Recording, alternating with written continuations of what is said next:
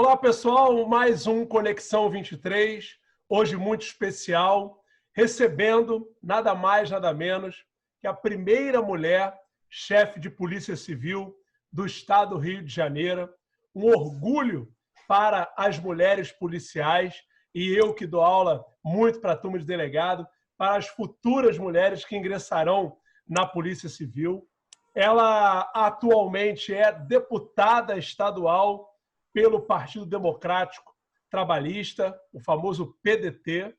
Ela foi criada na Penha e, em 1983, ingressou na polícia como escrivã.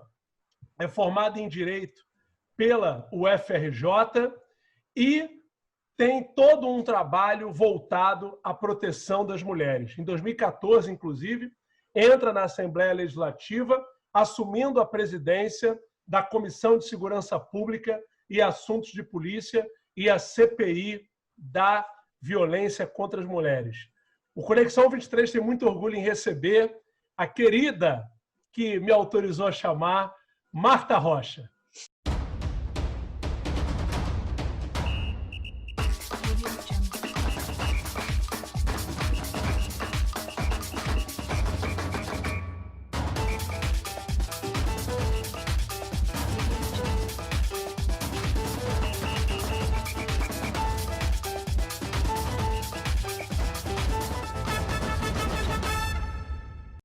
Seja bem-vinda, Marta. Muito obrigada. Obrigada pelo convite de estar aqui com vocês e, sobretudo, para a gente discutir coisas importantes para a nossa cidade. Maravilha. Marta, a gente vai começar o nosso papo. Nosso papo, basicamente, são 2 perguntas de cada um. Eu vou começar fazendo a minha primeira pergunta e aí, ao longo do nosso programa, eu vou passando a bola para cada um dos nossos convidados. O Gladstone mais ligado ao direito administrativo, o Nasser mais ligado ao direito constitucional, o Rafael ligado ao direito civil e o nosso querido Gabriel Quintanilha ligado ao direito tributário. E eu, como professor de processo penal, queria fazer uma pergunta para Marta Rocha sobre a atual legislação penal e processual penal. Nós tivemos agora um pacote anticrime idealizado pelo Ministério da Justiça, muitos assuntos polêmicos. Eu queria saber da Marta Rocha, tanto delegada quanto deputada e como cidadã, como é que ela vê a produção legislativa dos últimos anos em âmbito penal e processual penal? Olha, eu quero te dizer que essa questão ela foi muito impactada pelos últimos acontecimentos, né? Eu acho que a gente tem que olhar para a legislação e o que me deixa um pouco preocupada é que há uma oscilação, né? A gente não consegue ter, na verdade, no âmbito do direito penal e no direito processual, acho que no âmbito do direito propriamente dito, você não consegue ter uma linha indutora de um pensamento, né? Você vai mudando o teu olhar de acordo com os acontecimentos. Acho que os acontecimentos fomentam muito, hoje, o olhar do legislativo, né? E se a gente for olhar, por exemplo, para a segurança pública, quando a gente pensar que segurança pública não é política de Estado, e sim política de governo, você vai ver exatamente essa oscilação. Se a gente olhar para o Estado do Rio de Janeiro e fazer aí uma retrospectiva de 30 anos, você vai ver que, ora, você quer uma polícia que tenha mais um olhar, né, pautada aí nos direitos e garantias, ora você quer, vou usar uma linguagem até um pouco chula, do bato, prendo e arrebento, quando, na verdade, como se hoje, em 2020, a gente pudesse construir algum tipo de ferramenta ou algum tipo de instituição sem estar vinculado aos direitos e garantias, às questões constitucionais, né? Então, eu acho que isso faz com que você não tenha planejamento, isso faz com que você não tenha uma identidade da instituição, isso faz com que você oscile os investimentos, né? Há uma tradição também que eu acho que é muito próprio de você não aproveitar as boas práticas, aí já falando para o executivo do governo anterior, né? Há um desmonte, cada governo que entra há um desmonte, né? Mesmo quando você tem uma continuidade, nem sempre você consegue dar continuidade ao próprio projeto. Agora, eu acho que a grande questão que a gente vê hoje, eu acho que a gente vê mais uma participação popular, né, nas decisões. E é assim que tem que ser. Eu acho que o cidadão tem que pautar as decisões do seu candidato que foi eleito, né? Mas eu também acho que a gente tem que ter coragem de decidir segundo os nossos princípios e não ficar preocupado, né, com essa narrativa né, porque a gente hoje tem uma guerra de narrativas. Eu acho que a gente tem que decidir segundo as nossas convicções e não ficar preocupado com o dia de amanhã na rede social. Não sei se eu respondi a sua pergunta, mas sim, sim. E aí eu notei que a senhora mencionou os direitos e garantias fundamentais, então eu vou passar para o Paulo Nasser, que é o nosso constitucionalista, né, Paulo Nasser, que a gente hoje está estudando bastante no processo penal, uma visão de um delegado mais preocupado com os direitos fundamentais, é o primeiro garantidor, aquela postura antiga de delegado truculento, isso já acabou. Então, Paulo Nasser, pode fazer a primeira pergunta. Obrigado. Marta, seja muito bem-vinda ao programa, mais uma vez, um prazer recebê-la aqui. Na verdade, hoje a gente percebe claramente, principalmente os novos delegados, numa postura completamente diferente em relação à lida mesmo, né, de todo o processo dentro da delegacia. Isso é muito bacana. Mas a minha pergunta vai para a cidade do Rio de Janeiro. Obviamente, né, você foi forjada na segurança pública do Rio, e a minha pergunta vai em torno da questão da Guarda Municipal. O que você pretende da Guarda Municipal? Pretende armá-la?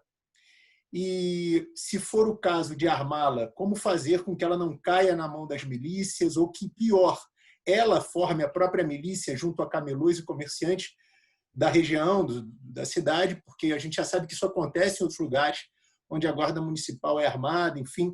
A minha pergunta vai no sentido de como você pensa a Guarda Municipal e como ela deve ser usada pela cidade.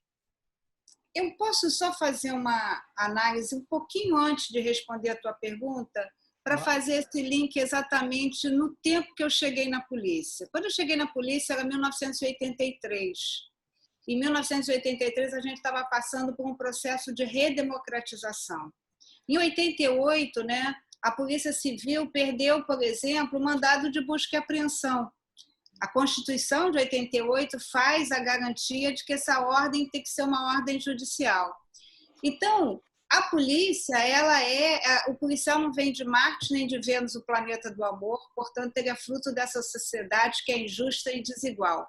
Quando eu cheguei em 83, a minha primeira luta sindical foi por um banheiro, porque como não tinha mulheres na Polícia Civil, não tinha banheiro nas delegacias. Então, hoje, quando eu olho para dentro da Polícia Civil, e vocês que são professores com certeza percebem isso, a gente tem uma geração muito qualificada no direito penal, no processo penal, no direito constitucional, entendendo, né, que ela é o primeiro indutor da justiça, porque ela lida com a liberdade, né? Então, muito consciente da importância do seu papel e, por outro lado, tendo que entender que é num balcão de uma delegacia que a gente conhece a vida do jeito que ela é.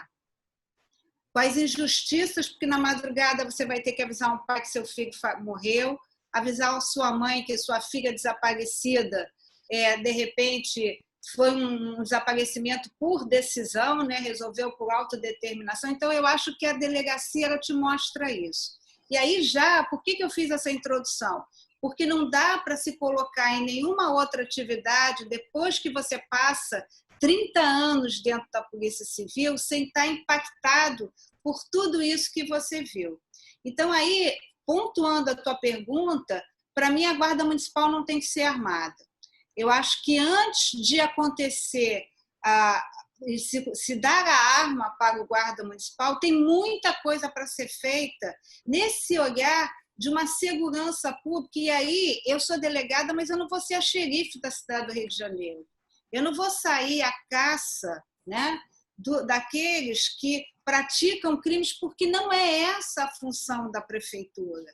Eu não vou passar pela praia de Copacabana, né, embora o Código de Processo Penal diga que qualquer do povo pode, a autoridade e seus agentes devem, mas não é esse o papel de Marta, ainda que ela tenha sido delegada de polícia.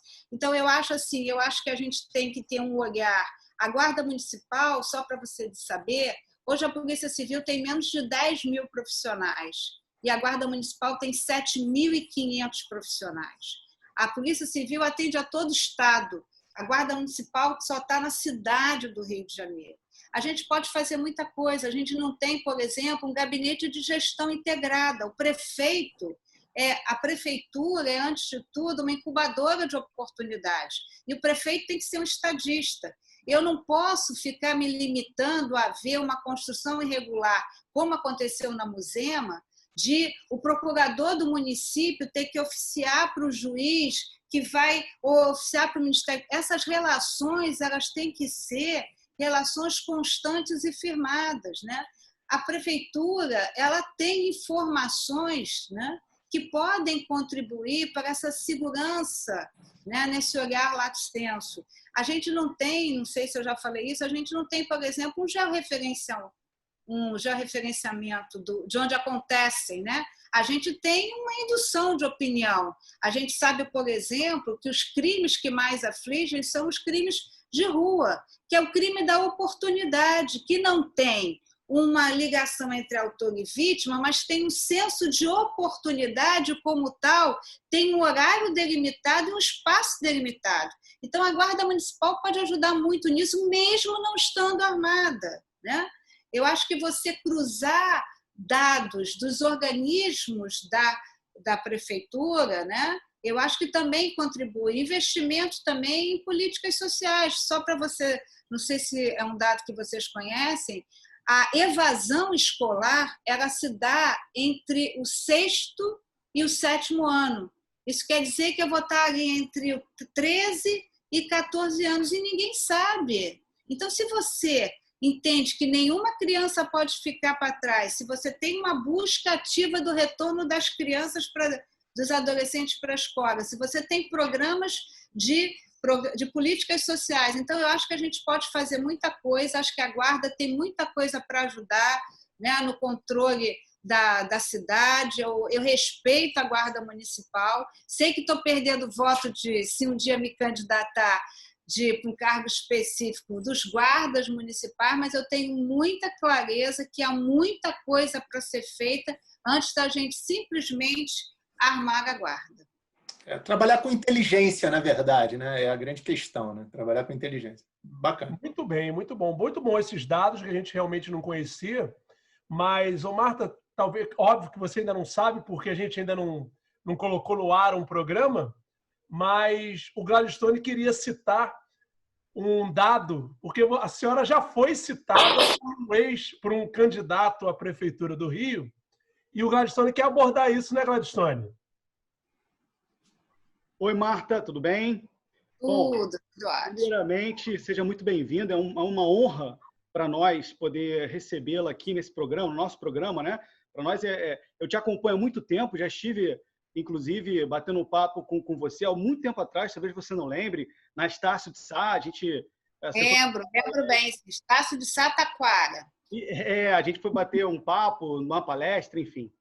Mas a gente entrevistou aqui, alguns dias atrás, o vereador Paulo Messina, que é pré-candidato pelo MDB também. E ele, nesse bate-papo que a gente estava tendo aqui com ele, a gente perguntou sobre a expectativa dele, quem ele considerava como principal adversário nessa corrida aí pela prefeitura. E ele mencionou para a gente que a principal adversária dele era você. Ele falou claramente, a Marta Rocha. A gente perguntou por quê, né? Aí ele disse, olha, porque eu estou imaginando que o Eduardo Paes vai para o segundo turno e, junto com ele, vai alguém que não tem, assim, que é de fora, é um outsider, vamos dizer assim, é uma pessoa que ainda não tem tem um apelo popular, mas não é ainda uma pessoa ligada ao executivo, né? E ele citou você, claramente. Eu queria saber o seguinte, essa leitura que ele faz, como é que você enxerga essa leitura que ele fez em relação a essa... Eu sei que você está em terceiro lugar nas pesquisas que foram feitas até aqui, né? Primeiro estaria o Paes, segundo estaria o Crivella, você estaria em terceiro lugar. Qual é a sua leitura em relação a essa visão aí que o Paulo Messina teve nesse bate-papo? Olha, primeiro eu quero dizer que existe vida além de Eduardo Paes e Marcelo Crivella. Quero fazer essa observação com todo o respeito que eu tenho a ambos, porque eu tenho respeito por todas as candidaturas. Eu acho que não é uma tarefa fácil você submeter seu nome ao crivo popular. Eu acho, né, que, nesse momento, haverá um movimento diferente do que aconteceu no movimento de 2018. E eu espero que assim seja, porque eu acho que está na hora do carioca olhar para a sua cidade e olhar nessa perspectiva, né, de que a cidade ela precisa urgentemente de alguém, primeiro, que ame essa cidade, alguém que verdadeiramente tem um projeto para essa cidade. Eu quero ousar dizer que nós vivemos uma tempestade perfeita quando nós alinhamos os três governos, né? Seja no âmbito federal, no âmbito estadual ou no âmbito municipal. Com todo o respeito que eu tenho a todo mundo, mas eu acho que vivemos uma tempestade perfeita. Então, eu acho que agora, esse fenômeno que aconteceu em 2018, que a insatisfação com uma determinada bandeira partidária fez com que algumas pessoas fizessem uma escolha, não o desejo por aquele candidato, mas identificaram que era a fórmula de dizer não ao processo de continuidade. Eu acho que agora, por todos os acontecimentos por tudo que está acontecendo, eu acho que agora o eleitor da cidade do Rio de Janeiro ele vai ser mais atento, mais cuidadoso.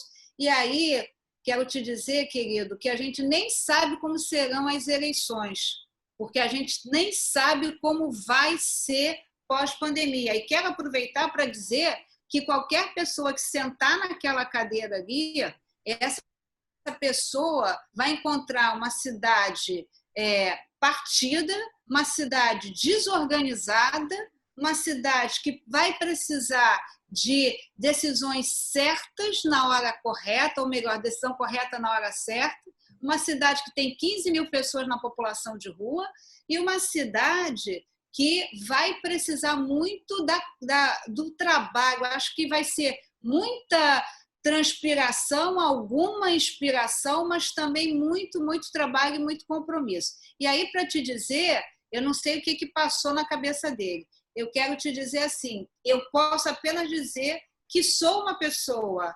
comprometida com a minha cidade, que acho que estou preparada para submeter o meu nome no momento certo ao crivo popular, e eu acho que a única coisa que as pessoas podem ter a convicção que eu sou uma pessoa determinada e sou uma pessoa muito disciplinada. Então, hoje, por exemplo, eu estou tentando apesar presido aí uma comissão importante na Alerj, que está apurando a questão dos erros e irregularidades nas ações de combate ao Covid, mas reservo lá um tempo meu para a gente pensar no programa de governo, para a gente estudar os dados da prefeitura. Então, eu não sei como é que vai ser em outubro, novembro, dezembro, que eu ainda não sei direito quando vai ser, mas eu costumo dizer, sabe, que tão importante quanto a chegada é a caminhada. Então, nesse momento, eu estou muito focada nessa caminhada de estar preparada para a chegada. E haja coragem, né, Marta, para sair da sua zona de conforto como deputada e encarar um pepino desse tamanho, em frangalhos, vamos dizer assim. A cidade, eu sou servidor municipal, né? Então a cidade realmente está realmente quebrada, as finanças quebradas, desorganizada, a parte urbana, de ordenação urbana, todo irregular, tudo fora de ordem. E é preciso coragem para sair dessa zona de conforto e encarar esse pepino aí, né? Sem dúvida. Eu quero só te dar um dado que o Tribunal de Contas do município, agora no início de abril, ele fez uma análise do ano de 2019. Então, nós não temos nada a ver com a pandemia. Nós encerramos o ano de 2019 com um déficit de 4 bilhões de reais. Então, a gente tem que começar o ano de 2020 pensando nesse déficit que a gente tem. E aí, a gente pensando nessa questão toda que você colocou, né? a cidade é uma cidade complexa, é uma cidade que tem um comportamento contemporânea, então não é uma tarefa fácil, você tem toda a razão, mas eu também acho que está na hora de todo mundo fazer a sua contribuição. A senhora falou no déficit aí de 4 bilhões, mas só o déficit previdenciário é 31 bilhões de reais. Só o previdenciário, imagina, né? Mas é isso mesmo. Fala, Nasser. Só para trazer um dado aí, na eleição que a Marta citou, no segundo turno, a soma de votos brancos, nulos e abstenções, pessoas que não foram às urnas, foi maior do que os votos que o Crivella recebeu. Então, ainda teve mais um elemento nesse processo eleitoral aí, que foram os votos brancos, nulos e abstenções. Então, mais do que isso, tudo que a Marta falou, ainda tem o desafio do prefeito e do candidato a prefeito, futuramente prefeito, resgatar, né, a credibilidade da prefeitura e da cidade, da política para a cidade como um todo. Né? Não, eu vou além, Nasser, eu vou além. A Marta falou em inspiração e transpiração. Eu acho que, infelizmente, está acontecendo com nós, cariocas, e eu posso falar por todo mundo aqui que ama a cidade, a gente já não tem mais aquela paixão pela cidade. Eu posso falar por mim que eu adoro o Rio de Janeiro, mas a gente está vendo tanta coisa ruim perto da gente que a gente está perdendo um pouco o amor pela cidade. Acho que um desafio do prefeito é justamente resgatar no carioca o amor pela cidade. Isso está muito triste. Eu vejo muito carioca, apaixonado como eu, falando mal da cidade, querendo até ir embora da cidade. É muito triste isso, né? Mas se você parar para pensar, eu acho que tudo na vida são sinais e a gente tem que entender os sinais, né? O Rio de Janeiro era uma marca. A cidade do Rio de Janeiro era uma marca no imaginário social de todo mundo, né? Era um tambor cultural. Como é que a gente explica uma cidade que é um tambor cultural quando o carnaval as pessoas vão para São Paulo ao invés de vir para o Rio de Janeiro? Como é que a gente explica com o resultado da enchente, com a queda da ciclovia, com aquele imbróglio da Niemeyer que ninguém resolveu? Como é que a gente fica com alguém que pega uma retroescavadeira e tenta destruir a linha amarela? E como é que a gente explica, né, todas essas questões? Então, é difícil você trabalhar essa marca, né? Eu dou sempre o exemplo da Baía de Guanabara. O Rio de Janeiro hoje, a cidade do Rio, ela não é mais a grande responsável, né, pelo o que acarreta a Baía de Guanabara. Mas, em compensação, é o rosto do Rio de Janeiro que fala quando a gente tem os problemas ali de meio ambiente na Baía de Guanabara. Então, acho que você está corretíssimo. É a gente trazer para o carioca, né, esse desejo. Eu ousaria dizer um termo, né, que eu acho que é permitido, esse tesão pela sua cidade. Claro, né? Exatamente. Eu acho que é exatamente isso. Eu acho que você está corretíssimo. Se a gente não for capaz de tocar nas pessoas, para as pessoas resgatarem esse amor pela sua cidade, né? E mostrar para todo mundo o quanto a cidade do Rio de Janeiro é importante, a gente vai continuar tendo esses índices que são muito preocupantes, porque as pessoas acham que não são responsáveis, né? Eu não fui lá, eu não votei, então eu lavo minhas mãos, né? E aí eu falo que é a síndrome de Pilatos, eu lavo as minhas mãos e Cristo é crucificado. Então, na verdade, a gente deixa que o outro adote as nossas escolhas. E aí a Marta deu duas deixas importantes, né, pessoal?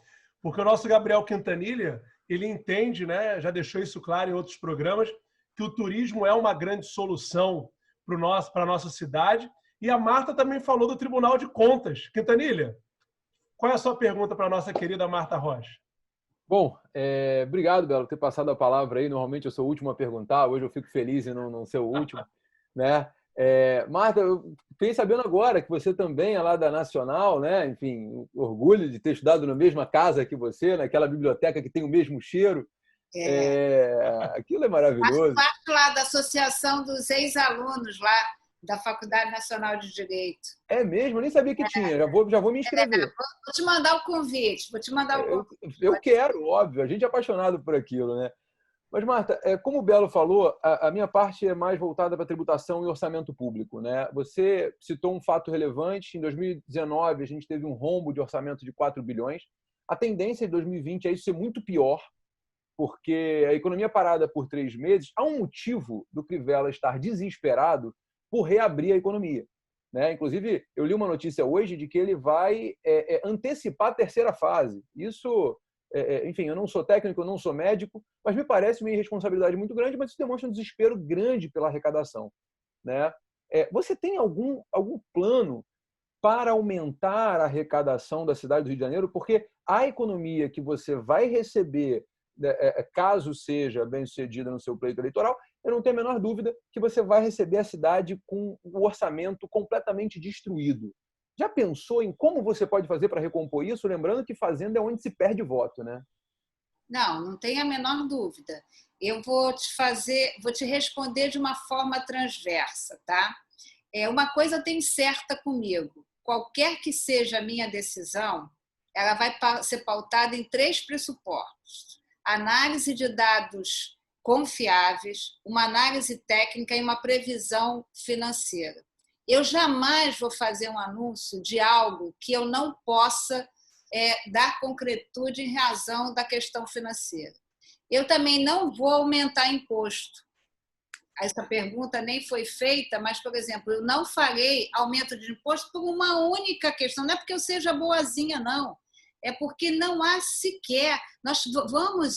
Quando a gente compara os dados do município em relação ao governo federal, a gente vai ver que no momento que ano passado se fazia uma leve subida para o número de carteiras assinadas, a cidade do Rio de Janeiro perdia 6 mil postos de trabalho. Então, a gente tem que buscar uma economia criativa. Alguém falou sobre o turismo. Eu acho, por exemplo, que as pessoas gostam de dizer que é o novo petróleo, eu acho que o turismo pós-pandemia pode ser uma janela de oportunidades para a cidade do Rio de Janeiro, porque nós vamos abrir mão daquela viagem grandiosa que a gente gostava de fazer para não sei quantas horas de voo, né? Porque a gente não sabe o que a gente vai encontrar no outro lado do mundo. Então, eu acho que o turismo nacional ele vai ser um turismo que ele vai ser fortalecido. O Rio de Janeiro tem uma bela rede de hotéis, tem uma paisagem, tem um turismo já cultural. Acho que a gente contribui muito essa questão dos museus. A gente vai sediar ano que vem o mais importante congresso de arquitetura e ninguém fala disso. A gente tem que ouvir esses arquitetos na construção do redimensionamento da cidade. A gente está vendo uma expansão horizontal e a gente tem que ter uma clareza disso. Então, eu acho assim, primeiro, eu acho que tem que ter um choque de gestão. E, com certeza, tem muita coisa aí, né? Porque hoje mesmo, não sei se vocês estão acompanhando, a questão da recuperação fiscal do Estado do Rio de Janeiro. E o Estado do Rio de Janeiro tem uma compensação a fazer de 600 milhões. E na compensação que o governo do Estado apresenta, não tem nenhuma diminuição de cargo em comissão. Eu não vou mais poder contratar policial, professor, mas não tem a diminuição de um cargo de comissão. Então, eu acho que tem uma leitura de um ajuste aí para ser feito. Eu acho que tem que fomentar exatamente essas áreas de uma economia criativa, né? A cultura pode ser uma ferramenta para a juventude maravilhosa. Um prefeito que não gosta de carnaval, eu quero dizer que eu não sei sambar e sou mangueirense, o prefeito, ele não pode, isso é um sinal, gente. Por trás ali do carnaval, eu tenho a cenografia, eu tenho a iluminação, eu tenho a parte de adereço, ou seja, olha quantos postos de trabalho eu tenho por trás disso. Então, eu acho que a gente tem como buscar numa economia de inovação. Você já pensou que a cidade que tem uma indústria da saúde que demonstrou ser uma indústria economicamente favorável e a gente, na pandemia, isso foi mostrado, a quantidade de laboratórios que nós temos aqui, a quantidade de universidades. Nós podemos ser um centro de excelência de inovação, né? E de bases tecnológicas. Então, assim, eu acho que a cidade ela tem oportunidades e eu acho que a gente pode, sim, buscar essas oportunidades. Só um fato importante que a senhora abordou, com relação à figura do turismo, né, o Rio de Janeiro ele recebe uma quantidade de turistas ínfima com relação às principais cidades do mundo. E a gente não tem absolutamente nada a perder, com todo respeito, a Paris, por exemplo. Paris, você tem mais de 50 milhões de turistas por ano em Paris. É óbvio que a gente nem comporta isso, né? Se vier 50 milhões de turistas por ano para o Rio de Janeiro, a gente não vai aguentar, não vai conseguir andar na rua. Mas se a gente conseguir manter o índice de turismo que tinha na cidade no período olímpico, e como pode uma cidade pós-olímpica não ter turismo? Você vai a Barcelona vive de turismo, e é um turismo pós-olímpico até hoje, e a Olimpíada foi em 92. A gente não conseguiu aproveitar a mágica que nós tivemos. E a arrecadação de ISS ela é diretamente ligada aos hotéis. Deixa eu só fazer uma observação. Eu assisti o debate do Reage Rio. E nesse debate o Medina teve presente. Ele fez um comentário que é o seguinte: para ele estabelecer o Rock in Rio lá em Lisboa, ele precisava de 5 certidões. Para realizar o Rock in Rio no Rio de Janeiro, ele precisava de mais de 50 certidões. Eu não quero precisar o número, porque eu, nesse momento, tenho medo de errar, mas com certeza mais de 50. A prefeitura ela tem que ter um gabinete, né, que, primeiro, acabe com essa burocracia desnecessária, porque a gente tem que partir da premissa que as pessoas são sérias. A gente tem que partir da premissa que as pessoas vão apresentar documentos que não são documentos fraudulentos, e depois cabe à prefeitura fazer a fiscalização e o controle, mas não é inverter esse papel. Primeiro eu tenho que provar que eu não sou, não quero usar esse termo bandido, né, mas que eu não tenho um comportamento irregular, e criar uma série de dificuldades. Então, se você começa a abrir essas janelas mostrando que essa cidade é uma cidade que tem, por exemplo, né, uma questão aí tecnológica já adiantada, que venha se instalar pequenas empresas, startups. Lisboa tem 500 mil habitantes. E Lisboa hoje é a capital da Europa com o maior número de startups. Se a gente não for capaz de pensar e de trazer isso para a nossa cidade, né? E, por exemplo, já pensou num turismo vinculado à questão profissional?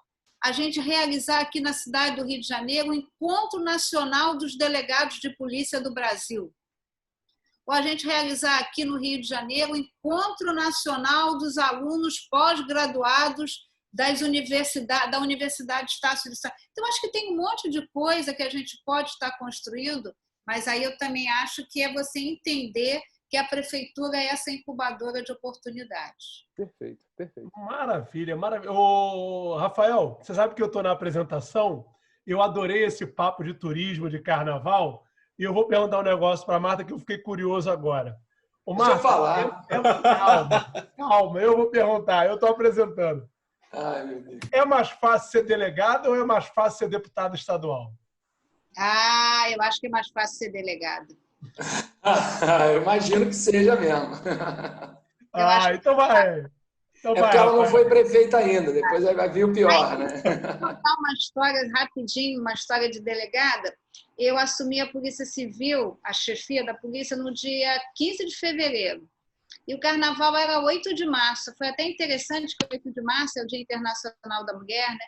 Então, eu assumi numa quinta-feira, no sábado a gente fez uma grande reunião, e aí eu descobri que a Polícia Civil tinha um camarote na Sapucaí.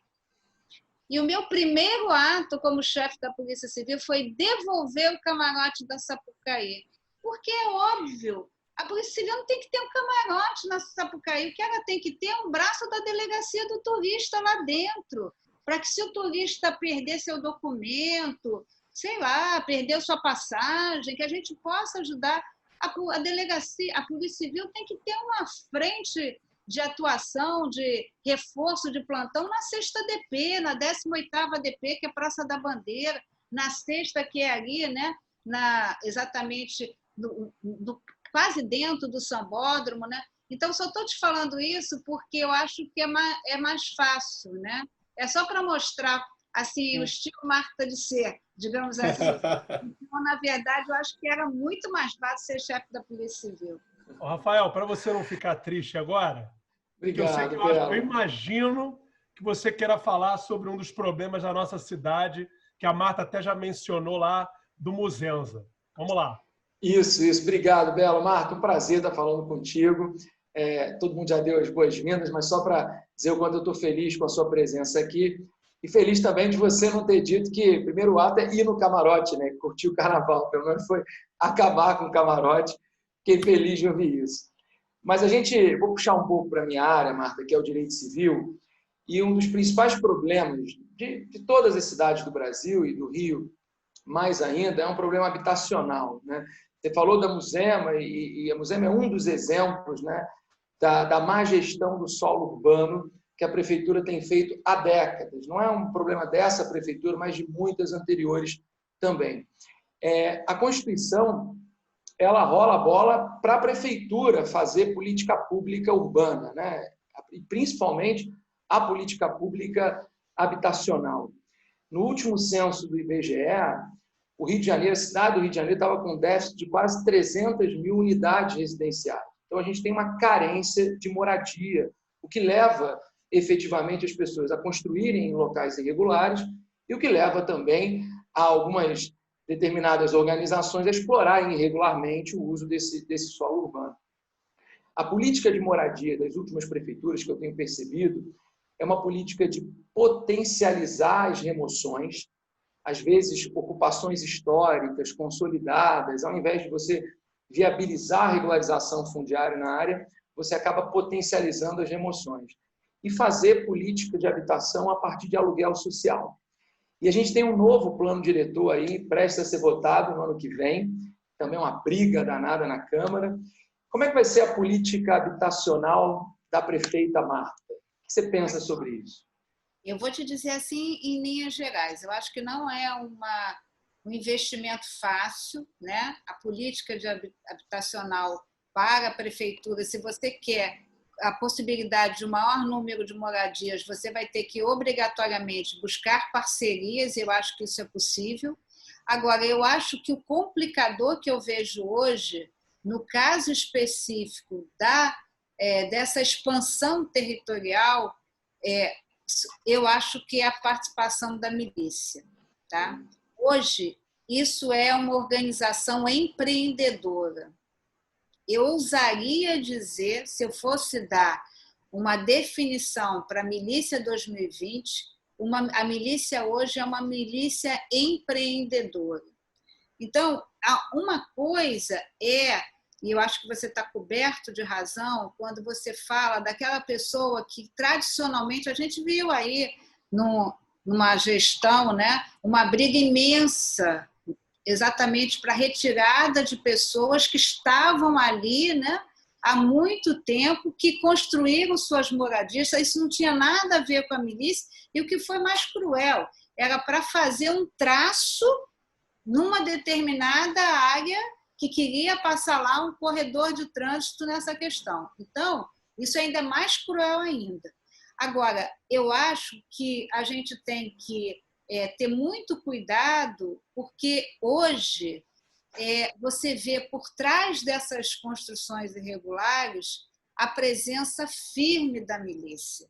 E aí eu quero te dizer, aquele mesmo modelo que começou lá atrás, no transporte complementar, que se falava no transporte alternativo, que depois saiu, foi para o gás, depois saiu, foi para o gato, e agora está exatamente na construção civil, aí a gente tem que ter um entendimento, porque eu não posso acreditar que alguém constrói a Muzema, que 22 pessoas morrem e ninguém viu.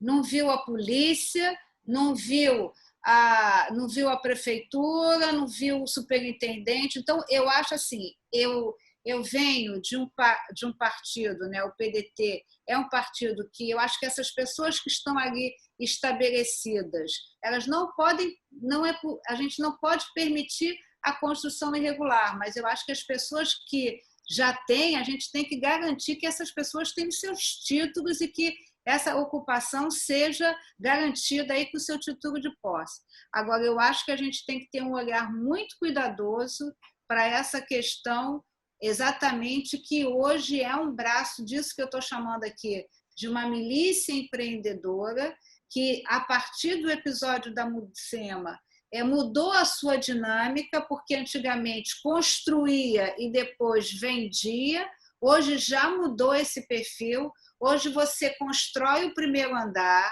vende o primeiro andar, constrói o segundo andar, vende o segundo andar. Então, eu acho que a gente tem que ter, não é para tirar aquela pessoinha que você suscitou aí, né, que está lá numa comunidade, não é isso, né? Não é disso que a gente está falando, né? A gente está falando exatamente de outra coisa e quero te dizer que a gente tem até tentado conhecer um pouco mais esses detalhes, porque uma das coisas que dificulta o nosso entendimento, porque eu acho que não dá para você formular uma política pública se você não tem dados concretos.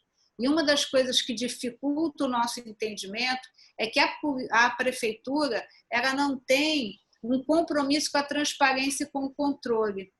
Então, o acesso aos dados, a veracidade dos dados, não é uma tarefa fácil, mas eu posso te garantir que a gente está muito atento, buscando esses dados para entender melhor o que está acontecendo na cidade do Rio de Janeiro. Obrigado, Marta. Obrigado. Bem, a perspectiva que eu tenho muito é essa, assim, porque às vezes a prefeitura, quando atua em remoções de populações consolidadas no tempo, acaba potencializando um problema habitacional, ao invés de você transferir dignidade para aquela pessoa, titulando, permitindo que ela tenha uma sensação de pertencimento àquele lugar. E, claro, que essas construções irregulares, esse cunho especulativo da milícia, tem que ser combatido mesmo, né? Obrigado aí pela sua resposta. Vai lá, Belo. Muito bem. Paulo Nasser, bola está contigo agora para a gente fazer uma nova rodadinha aí com a Marta. O papo está maravilhoso, tem tanta coisa para perguntar, mas vamos lá, vou deixar vocês perguntarem. Marta, você falou aí, você é filiada ao PDT, Partido de Brizola, e principalmente, no meu caso, de Darcy Ribeiro, uma pessoa que eu particularmente venero nas minhas leituras, um cara extremamente ligado à educação, perdeu, né, o governo do Rio numa disputa histórica lá, quando disputou, né, foi com Moreira Franco. Moreira Franco, pois é, Moreira Franco. E, obviamente, toda a política de educação da época do governo Brizola, enfim, foi baseada na estrutura de pensamento do Darcy. Todos nós aqui somos educadores e, obviamente, a gente acredita que a educação seja o caminho, né? A minha pergunta é: o que você pensa para a educação municipal? Se o ensino integral que Darcy pregava está na pauta e qual será a marca que a Marta quer deixar da Prefeitura do Rio depois que o governo dela passar? Ela quer ser lembrada pelo quê? Então, vamos lá. Primeiro, dizer que a eleição de Moreira Franco foi o primeiro grande estelionato eleitoral que se tem notícia no mundo moderno. Porque ele disse que acabaria com a criminalidade em 6 meses. E aí, Nasce, isso dava uma conversa bacana nessa primeira pergunta que foi feita, para a gente fazer essa trajetória da narrativa da segurança, para você ver como a população oscila. Ora ela deseja uma coisa, ora ela deseja outra. Então, enquanto eu for viva, eu vou repetir aqui o estelionato eleitoral feito por Moreira Franco, quando prometeu algo que ele sabia que não ia cumprir, tanto sabia que ele, quando termina o governo dele, Brizola se candidata e é novamente eleito. Mas o Moreira sai com uma popularidade baixíssima. Baixíssima, né?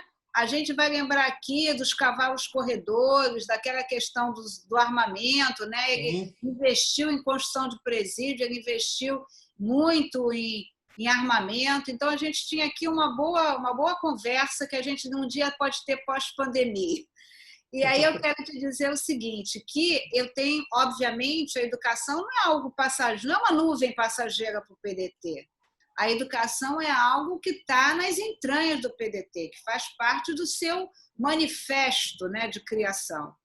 E eu tenho algumas preocupações no que se refere à questão da educação, porque eu acho que o papel da prefeitura é muito focado nessa questão da educação infantil. Então, por exemplo, não é possível uma mãe que tem apenas 4 meses de licença médica e licença maternidade ter que esperar 2 meses para ter acesso a uma creche, porque a creche é só a partir dos 6 meses. Então, é um gesto tão simples, né? De um entendimento de uma prefeita, por exemplo, de retroceder essa questão, né? A gente tem que partir da premissa também, quando pensar em creche, que a gente tem mais de 20 mil pessoas no EJA, o ensino de jovens e adultos. Muitas das vezes, mães que não têm com quem deixar seus filhos. Então, também pensar, de repente, numa ampliação do turno em determinados momentos pode ser também uma questão importante. É óbvio que o ensino integral está no nosso radar, não do jeito que ele está aí, porque o projeto Darcy Ribeiro, você que é um estudioso, ele é muito maior do que isso, né? Eu acho que a escola ela tem que estar inserida na vida daquela comunidade. Eu, por exemplo, quero te dizer que eu tenho a maior vontade de conversar com as diretoras das escolas municipais da nossa cidade, porque em determinados locais, essas mulheres ou esses homens, eles são uma referência da figura do Estado e o Estado, poder público, né? Eles são coordenadores de conflitos sociais, eles são gestores ali, né? Muitas das vezes de conflitos. Então, eu acho que a gente, para só você ter uma ideia, nós somos mais de 600 mil alunos, é a maior rede de ensino da América Latina, né?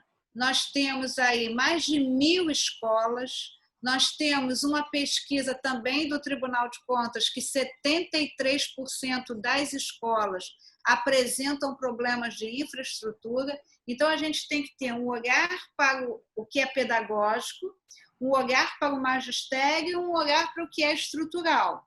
E aí eu acho que unir o esporte, a cultura, né? Todas essas coisas, nós temos 200 mil alunos no ensino integral naquele aspecto de 7 horas. A previsão, se houvesse escolas, era que a gente tivesse mais de 500 mil alunos em ensino integral. Nós temos aí índices muito ruins sobre a questão do IDEB, os nossos índices não são melhores. A gente tem, você como professor deve conhecer esse dado, que algumas escolas, elas não só não alcançaram, não conseguiram subir, e outras desceram.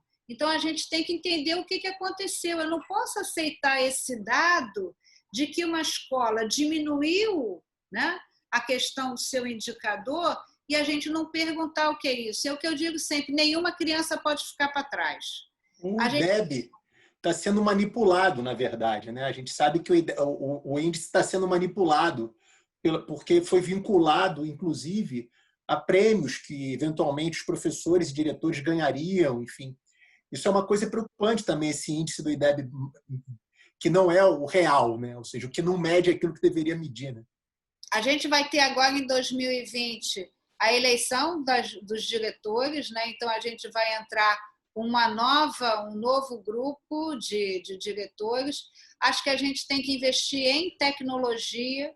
Eu não quero fazer aqui apologia à cidade de Sobral, porque as realidades são diferentes, mas, por exemplo, ali você consegue investir em tecnologia. Então, se Sobral consegue, por que a cidade do Rio de Janeiro não vai conseguir? Tem um dado que eu não sei se as pessoas estão se apercebendo, é que pós-pandemia nós vamos ter uma evasão da rede privada e a chegada desses alunos na rede pública. Perfeito. Então, a gente vai ter... E você, em tempos de pandemia, você vê a diferença. O que é para um aluno da rede privada que vai... Porque é tão, né? Eu acho que as pessoas são tão curiosas, é igual o anúncio do governo federal, né? Que todo mundo é bonitinho, as crianças são todas brancas, todas com traços, né? Com traços de países anglo-saxão, né? Então, uma coisa assim tão curiosa. Então, assim, não é fácil, essas crianças não têm um ambiente escolar dentro de casa. Tem telefone celular, mas não tem um pacote de dados, não tem minimamente um espaço para o estudo. Então, eu acho que os desafios da educação serão muitos, né? E um dado também que me preocupa é a questão do... Eu acho que a gente tem que investir muito na alfabetização na idade certa, porque a alfabetização, quando você não consegue chegar bem na alfabetização, isso é cumulativo, isso se estende por toda a sua vida educacional, e eu me preocupo muito com a questão da evasão escolar. E eu acho assim que tem um dado que diz que um menino ele tem 60 vezes mais chances de sair da escola do que uma menina. Então, isso quer dizer o quê? Que a gente vai colocar esse adolescente ou esse jovem de uma forma precária no mercado de trabalho, se é que é para o mercado de trabalho que ele vai. Então, a gente tem que... Uma criança não pode faltar à escola, né, sem ter aí a possibilidade de não ser apercebido que ela faltou à escola, né? E eu acho que a gente tem que criar um laço maior, né? Tem uma experiência chamada professor de referência. O que é isso? Isso se dá exatamente a partir ali do 5º ano, porque você entra para um ambiente em que você sai, em que você tinha lá 1, 2 professores e, de repente, você vai ter 10 professores. E aí você tem que escolher entre aqueles professores alguém que seja, não você aluno, mas a escola formatar, né, um protocolo que tem um professor de referência. Então, esse professor de referência vai ser o elo direto com o aluno, o elo direto com a família. Então, se o aluno faltar, né, esse elo imediato. Então, não tenha dúvida que a gente está pensando muito na educação por razões muito óbvias, né? Porque aí eu quero nem repetir apenas o Darcy, que diz vamos construir escola para não construir presídio, mas Nelson Mandela, que diz que a arma mais potente da transformação do mundo é a educação. Então, vamos acreditar que eu acho que... E se eu for terminar minha vida, como eu fui professora primária, na polícia eu fui professora de 88 a 2011, então a questão da educação é algo que é muito forte dentro de mim, porque eu verdadeiramente acredito na educação. E a marca, Marta? A marca que você quer deixar? Eu quero deixar a marca de uma pessoa que trabalhou com a educação, sim, mas eu quero deixar a marca de uma gestora atenta à população e uma gestora comprometida com a sua cidade. Eu quero que as pessoas saibam que eu sou realmente comprometida com a minha cidade e com o povo, que seja carioca ou não, que escolheu a nossa cidade para morar. Muito bom. Olha, eu vou aproveitar essa deixa, vou passar para você ainda não, o papo está muito bom, mas eu quero perguntar uma coisa para a Marta agora, não para a deputada e não para a delegada Marta, quero perguntar para a Marta, que ama o Rio de Janeiro. Marta, qual o lugar mais bonito do Rio de Janeiro? Pergunta fácil.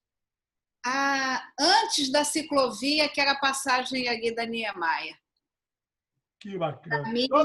Eu adoro fazer esse tipo de pergunta. Para mim, esse lugar... Eu não sei se é porque eu trabalhei muito nessa rede, trabalhei na 16ª, trabalhei na 15ª, Gávea, Barra da Tijuca, mas eu acho que aquilo é de uma beleza, eu acho que aquela ciclovia foi um desserviço que nos impede de ver a natureza do jeito que ela é, entendeu? Na entrevista com o Eduardo Paz que a gente fez, eu perguntei aonde ele errou. Aí ele até brincou, deixa isso para a oposição falar, tal, mas no final ele concordou que foi que fosse hoje ele não faria a ciclovia ali. Vamos aplaudir. Eu acho que ter essa capacidade de reflexão e de reconhecer, eu acho que já é bom. Bacana, Eduardo. Você não precisa da minha opinião, mas eu acho que foi interessante você ter feito essa reflexão. Ô, Gladstone, a sua perguntinha, ela é mais light, né? Ela é mais light, né? Porque o papo tá bom, daqui a pouco eu vou pedir um chopinho. Vamos lá, vamos atrás do chopp, vamos bater um papo. Esse papo tá gostoso demais, a gente nem tá percebendo, mas já tem quase 1 hora de programa, né? A gente nem percebeu, fluiu assim de uma maneira que a gente nem notou. Mas, Marta, é óbvio que eu, como administrativo... Não é técnica de interrogatório, não, né? Não. É óbvio que eu, como administrativista e especialista em gestão pública, eu tenho que puxar para o meu lado de administrativista, né? Em 2017, me parece que você votou contra a privatização da SEDAI. E aí a minha pergunta tem muito a ver com isso, né? Como é que você enxerga, como prefeita, como é que você enxerga essa relação entre o poder público e a iniciativa privada? Você vai incentivar ou você vai restringir o uso de parcerias público-privadas, de PPPs? Como é que você vê essa relação entre poder público e empresário? Olha só, se eu fosse me definir, eu me definiria como uma progressista. E o que eu quero dizer com isso, tá? Eu acho que o progressista é alguém que entende, que não aceita, por exemplo, a desigualdade social, mas que respeita a diversidade, que acha que o lucro que é proveniente do trabalho, ele tem que ser respeitado. E que o Estado, ele não pode ser mínimo do jeito que as pessoas assim desejam. Acho que a pandemia mostrou isso, que há um Estado que precisa ser fortalecido para atender exatamente essas áreas da política social que não é gasto, é investimento, tá? Mas eu também sou uma pessoa do diálogo. Quando eu votei contra a privatização da SEDAI, e eu volto a dizer isso, a SEDAI é uma empresa lucrativa. Então, a escolha da SEDAI foi uma oportunidade para se resolver uma questão da situação financeira e a gente pediu 3 bilhões, vai ter que pagar 4 e pouco e nada se resolveu. E o que a gente viu aí? Nessa questão aí da questão da recuperação fiscal. Qual foi o gesto que o atual governo fez verdadeiramente para cumprir o regime de recuperação fiscal? Então, eu quero te dizer assim, se eu fosse me definir, eu sou filha de imigrantes portugueses de dono de padaria. Então, e fruto da escola pública, que eu faço questão de dizer isso. Eu quero te dizer, amigo, que eu sou uma pessoa do diálogo. Eu não tenho essa coisa, eu não vou sair aí atrás do empresário maldito. Não, eu não acho isso, não. Eu vejo muita gente que está aí, que é do setor produtivo e que vai muito ajudar. Então, eu não tenho nenhum problema, desde que essas parcerias tenham contrapartida. É o caso da isenção ou do incentivo fiscal. Qual é a minha questão com o incentivo fiscal no governo do Estado do Rio de Janeiro? Porque, lamentavelmente, a gente viu que as escolhas não foram as mais republicanas e, lamentavelmente, eu não vi uma empresa gerar um posto de trabalho. Então, se você tem um benefício, tá? Você obrigatoriamente tem que ter uma questão de ter aí um posto de trabalho, a disponibilidade de trabalho. Eu estou até querendo acompanhar, porque parece que a prefeitura está fazendo algum tipo de parceria público-privada. Eu não tenho nada definido disso. Desde que a gente entenda, né, que tem que ser uma rua de mão dupla, que tem que trazer benefício para a nossa cidade e sempre entendendo que a política, seja a educação, a saúde, a cultura, o esporte, é investimento e não gasto. Eu sou rapidinho. Hein, Marta? Eu sou um entusiasta dessas parcerias, né? Eu acho que quando bem feitas, elas só trazem benefício tanto para a cidade quanto para a economia, para tudo. Eu sou entusiasta disso. Mas a gente tem um exemplo aqui do VLT, por exemplo, que me parece que não foi uma parceria muito bem sucedida. Eu enxergo dessa maneira, não no nível de benefício para a população, mas como ela foi feita. Então, assim, eu espero, sinceramente, que a gente consiga avançar, não só de maneira legislativa, mas executiva também, quanto a essas questões de parceria, porque eu acho isso bem interessante para todos os lados. Estou até aceitando sugestão, hein? Se tiver alguma coisa. Não, estou falando. A Marta deixou a deixa. Estou falando na boa. Porque eu acho assim, eu tenho o maior interesse de ouvir as pessoas. Que ótimo, né? A maior capacidade de ouvir. Então, assim, eu não tenho medo de tomar decisões, mas também não sou uma pessoa que sou impulsiva. Então, assim, quando eu falo, você está falando do VLT, na questão do transporte, por exemplo, do BRT, quem diz a bilhetagem não é a prefeitura, o empresário. Isso não pode ser, gente. Eu vou aceitar um número lá fechado? É isso? Mas, Marta, aí você vai me desculpar, eu vou interferir aí esse assunto, porque esse é o assunto mais absurdo que eu já vi na minha vida. Aí, Gladstone, eu acho que você vai concordar comigo. É um absurdo na cidade do Rio de Janeiro não ter uma agência reguladora de transporte. Isso é a coisa mais absurda que eu já vi na minha vida. É verdade. A gente não tem uma agência reguladora. De nada. Isso é ruim para o prefeito, isso é ruim para o empresário, isso é ruim para todo o setor, porque a agência reguladora é técnica, não tem política. É isso mesmo. Não, aí, só atropelando um pouquinho, a gente teve uma intervenção, a gente tem um contrato que é de 20 anos, que a gente só caminhou 10 anos. Então, a gente tem 10 anos aí para frente. E a gente teve uma intervenção, com todo o respeito, eu tenho a maior estima por quem ocupou o cargo de interventor, mas no final disse assim, não, nós precisamos contratar uma consultoria para examinar melhor essa questão. Não pode, gente, me desculpa. Né? Então, se você tem uma agência reguladora, como você está falando, eu confesso que nem tinha pensado nisso, mas acho que vale a pena pensar, você tem ali uma ferramenta de gestão, de controle, de transparência, né? Você aceitar que o empresário, seja A, B ou C, diga para você qual foi a bilhetagem, você vai aceitar e não vai questionar, não vai conferir, vai simplesmente pagar.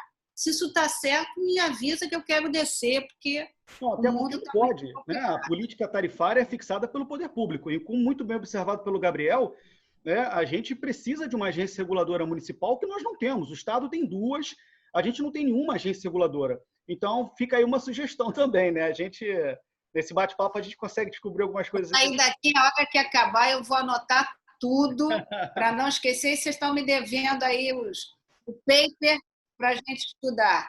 Estou falando isso, estou falando sério, hein? Minha proposta para a Marta, queridíssima descendente de portugueses, apesar de ser vascaína, é que o nosso papo seja na CADEG, né? Que é um lugar que todo mundo gosta. Boa! Rio de Janeiro, né? Muito bom, muito bom. Muito bem, Belo. Melhor sugestão de hoje. Pós-pandemia, hein?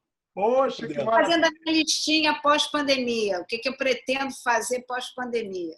Vou anotar isso. Rafael, vamos lá para a nossa última pergunta, porque se deixar a gente vai bater papo até de madrugada. Se deixar a gente vai ficar falando aqui. Olha que não é presencial na CADEG, senão o negócio ia embora mesmo. Mas, Marta, uma coisa que eu sempre tive muita curiosidade assim, de te perguntar, ainda mais pelo contexto social, político que a gente vive hoje. Né? Você sempre ocupou posições que, historicamente, são posições do gênero masculino. Né? Escrivã de polícia, delegada, deputada, chefe de polícia e, quem sabe, né, futura prefeita da cidade. Então, como é que você vê, assim, como é que você, dentro de todos esses cargos e dentro de todas essas estruturas, como é que você vê o avanço, né, do protagonismo da mulher nessas relações sociais que se estabelecem? E você, enquanto prefeita, assim, como gestora, como membro do executivo, será que tem algum tipo de política afirmativa nesse sentido para valorização e melhorar a amplitude desse protagonismo feminino, principalmente nessas estruturas de poder? Como é que você vê tudo isso de quem viveu de dentro? Deve ter sido uma experiência assim, muito combativa e os choques, né, nem consigo imaginar quantos devem ter sido. Né? Eu quero te dizer que eu trabalhei muito. Imagino. A questão que acontece com a mulher, eu primeiro estava numa instituição masculina. Tinha nem banheiro, né? Feminino, você disse? Mas depois, com o passar do tempo, quando eu saí delegada, era muito comum, isso era 1990, a parte entrava na delegacia, pedia para falar com o delegado, olhava para mim, dava meia volta e saía. Eu tinha que sair porque era uma mulher e uma mulher jovem. Então, eu sempre trabalhei muito, porque quando você erra enquanto mulher, essa coisa de ser mulher, você carrega um pouco de fardo da história das outras. Então, assim, se eu errasse, ou se eu não tivesse o desempenho que deveria ter, é porque eu era mulher. Então, eu sempre trabalhei muito para essa questão. Eu acho que a gente tem que, eu pretendo, né? Obviamente, eu sou uma pessoa que trabalho muito bem com a questão dos direitos e garantias. Na minha gestão como chefe da Polícia Civil, eu incluí no registro de ocorrência a motivação homofobia. No segundo momento, eu incluí no registro de ocorrência o nome social. Então, eu transito, isso não é algo... Na Delegacia de Homicídios de Niterói, a gente criou um núcleo para tratar da questão de homicídios em razão da violência contra a população LGBT. Então, na verdade, esses temas, né, da questão da raça e etnia, das mulheres, são temas muito caros para mim, são temas que eu realmente passei a minha vida atuando, tendo esse olhar. Então, eu acho assim, que a gente tem que pensar que as políticas se falem entre si, né? Eu faço muitas palestras e hoje, e quando eu estava como delegada, eu sei que contribuí para muitas mulheres, muitas jovens, olharem para a minha história e acreditarem que a história delas seria possível. Hoje você vê uma infinidade de mulheres ocupando cargos na Polícia Civil, cargos de relevância, né? Então, eu não tenho assim um olhar, nada muito delimitado. A prefeitura, ela tem uma rede de proteção, ela tem uma casa-abrigo, ela tem, mas eu acho que é você olhar pela forma transversa que todas as políticas têm o olhar da mulher. Você fez a pergunta da habitação. Se a gente fosse pensar na habitação, o título de posse teria que ser da mulher. Da mulher, concordo. Porque eu sou mulher, tá? Porque está explicado que isso faz a manutenção da família naquele local. Né? Concordo Se eu for falar da saúde, eu tenho que falar da mortalidade materna, eu tenho que falar de um plano de atenção à saúde integral da mulher, né? Eu tenho que falar das doenças sexualmente transmissíveis, que você muitas vezes cuida da mulher, mas você não consegue cuidar do parceiro dessa mulher. Então, eu acho a questão do câncer, que é tão doloroso para as mulheres, uma das questões é o diagnóstico tardio. Então, assim, se eu estou falando em cultura, então eu quero que, em algum momento, haja o protagonismo da mulher. Se eu estou falando do esporte, né, da mesma forma que eu posso ter lá o fortalecimento da robótica nas escolas municipais, a gente vê algumas coisas, que essa robótica tem a presença das meninas também. Então, eu acho assim, ter o compromisso do fortalecimento da cidadania feminina. Agora, eu também quero dizer que eu não quero ser escolhida porque eu sou mulher. Eu quero ser escolhida porque, desde que as pessoas vejam em mim uma pessoa qualificada e comprometida com a minha cidade. Perfeito. E a gente dá muita aula para concurso público, né, também, e é impressionante a quantidade de mulheres em turma para delegado, em turma para agente da Polícia Civil. Às vezes supera o número de homens, é natural que isso aconteça nas turmas. Eu tenho certeza que mulheres que ocuparam esse tipo de posto, como você, abriram as portas, enfim, para todo esse desejo e possibilidade de inserção, né? Obrigado, Marta. Vai lá, Belo. Ele está aqui em Dócil, falou que não termina o programa sem fazer uma pergunta. Gabriel Quintanilha, faz uma última pergunta para a nossa querida, que é uma simpatia. Eu, particularmente, não conhecia a Marta Rocha assim, do jeito que a gente está conversando agora. É uma simpatia, realmente. Gabriel Quintanilha. Obrigado, Belo. Só um detalhe, tá? Se a Marta ganhando, vai ser a primeira prefeita mulher da cidade do Rio de Janeiro. Eu estava pesquisando aqui. Nunca tivemos uma mulher na prefeitura. E, enfim, talvez esse olhar da mulher... Enfim. A pergunta, Marta, ela é mais atual do que... Hã? Nós também nunca tivemos uma chefe da polícia mulher, olha aí, né? É verdade, é verdade.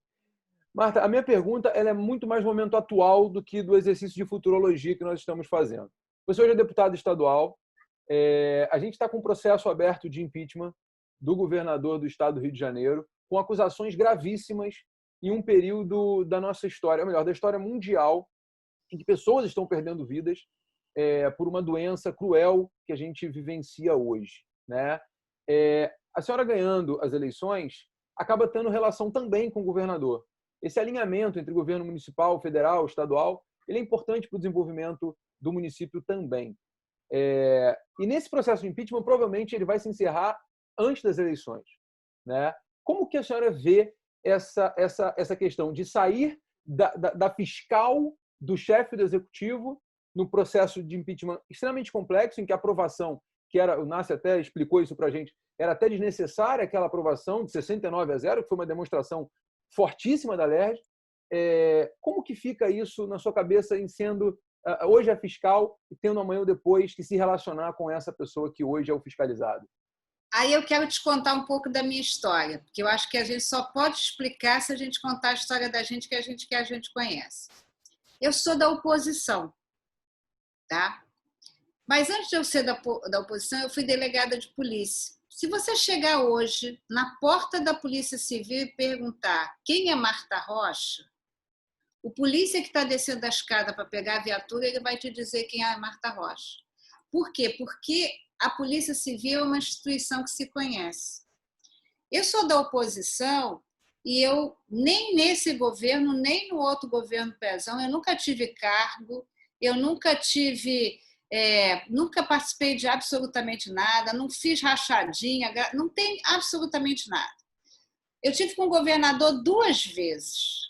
Uma vez quando eu tomei os tiros, que acho que todo mundo conhece essa história, em janeiro do ano passado, e quando eu estive com ele uma segunda vez, que foi quando eu fui discutir com ele um projeto meu que tinha sido sancionado no governo Pezão e que precisava ser regulamentado, que é a redução do ICMS aos profissionais do denominado cinturão da segurança na aquisição de arma de fogo.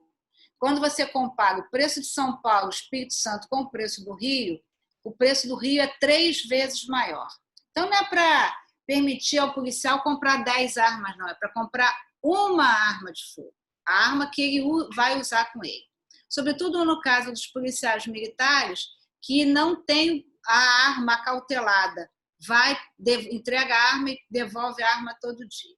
Bom, depois disso, eu tive com o governador no início da pandemia.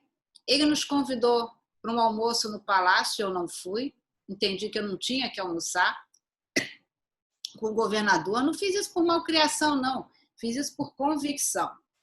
E, em compensação, quando ele chamou os deputados para uma reunião para tratar da pandemia do coronavírus, eu entendi que eu, presidente da Comissão de Saúde, hoje também presidente da Comissão Covid, teria que estar lá presente.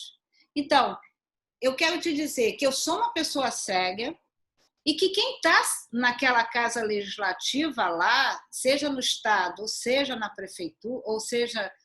prefeitura, no município, também aquela casa também é composta de pessoas sérias. Então, eu acho assim, a política é a arte do diálogo, mas a política, você pode manter o diálogo baseado em pautas republicanas, né? Então, eu voto com o governo se aquela pauta interessa. Se aquela pauta não interessa, eu vou fazer oposição, né? Como já fiz várias vezes, como recentemente votei contra as contas do ex-governador, que já era um ensaio, essa é a verdade, né? Um ensaio porque já se sabia, como aconteceu, que essas contas não seriam aprovadas. Então, eu acho que o que aconteceu na votação do processo de impeachment é porque não há uma situação que esteja funcionando no estado do Rio de Janeiro. Dos 9 hospitais, 2 estão funcionando, que foi a iniciativa privada que fez. Um é a meia bomba, e aí a gente vê uma coisa louca, com todo respeito, Maracanã é lindo, tá? Eu já vi várias vezes o Vasco ganhar do Flamengo no Maracanã. Mas... Há muito tempo. Essa foi só uma provocação. Mas, gente, será que é correto fazer um jogo de futebol onde está instalado um hospital do Covid-19 com uma placa dizendo perigo de infecção? Gente, eu estou entendendo certo? É isso que as pessoas querem fazer? A coerência passa longe, né? Impressionante. A Olimpíada parou, mas o Campeonato Carioca não pode parar. Será que isso não é um desrespeito? Sei lá, acho que já está batendo 8 mil mortes na cidade do Rio de Janeiro, no estado, aliás, entendeu? Então, assim, não há... Quero te dizer que essa votação, que foi uma votação tão forte, porque não funciona o hospital de campanha, eles compram 1.000 respiradores, entregam 52 que não funcionam, eles compram equipamentos de proteção individual por preços exorbitantes, eles compram soro que vai durar 8 anos, soro fisiológico. Então, de 66 contratos emergenciais, meu amigo, 44 foram cancelados. A organização social estava desabilitada. O governador, numa canetada, habilitou uma organização social que recebeu 1/3 do valor do contrato sem ter feito um hospital de campanha. E eu acho assim que o que aconteceu nessa votação é que mesmo aqueles que faziam parte da denominada base do governo entenderam que minimamente deviam à população uma investigação. Eu não sei o resultado desse processo, né? Eu estou até na comissão processante. Eu não sei o resultado disso, mas eu sei que há uma unidade da casa no sentido de que é preciso investigar com profundidade o que aconteceu. E o governo dá sinal de esgotamento, porque o governo continua sem líder. De quarta-feira passada para hoje, né, já vai aí mais de uma semana, a gente não viu um gesto do governo fazendo alguma coisa. Até o governador saiu no jornal, eu não sei se ele disse isso mesmo, ele falou que ele ia convidar os deputados. Quase que eu falo assim, nós quem? Porque ele não tem que convidar deputado para ir ao Palácio ouvir os argumentos dele, não. Ele tem que comparecer ao plenário da Alerj e dar os seus esclarecimentos. Ninguém aqui vai lá num chamado, eu não quero ser rude, eu sou muito firme nas minhas convicções, eu não quero ser desrespeitosa nem rude com ninguém, mas ninguém aqui vai, não, venha cá que eu vou te explicar. Não, existe um processo instalado, existe uma comissão, então ele que preste isso à Assembleia Legislativa.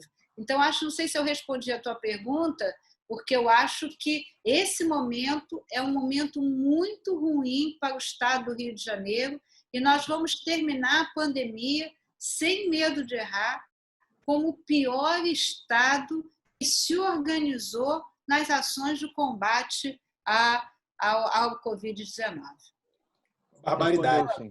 Respondeu sim. Maravilha. Obrigado, Marco. Olha, foi um papo maravilhoso. A gente notou aqui, pela empolgação de todos nós aqui, em receber essa simpatia que é a Marta Rocha. Desejar uma boa campanha a Marta Rocha. Agradecer a presença aqui no nosso singelo programa Conexão 23, porque somos apaixonados pelo Rio de Janeiro e torcer para que a nossa cidade volte a sorrir, volte a dar alegria para todos nós. Obrigado, Marta. Eu que quero agradecer muito a oportunidade de estar falando sobre a cidade, sobre os assuntos tão importantes dessa agenda contemporânea e que a gente se encontre pós-pandemia. Estava sincero. Muito obrigada, tá? Que a vida dê oportunidade a gente se encontrar muitas vezes, tá bom? Obrigado. Obrigado, Marta. Obrigado. Marta, obrigado. Boa noite. Fica com Deus.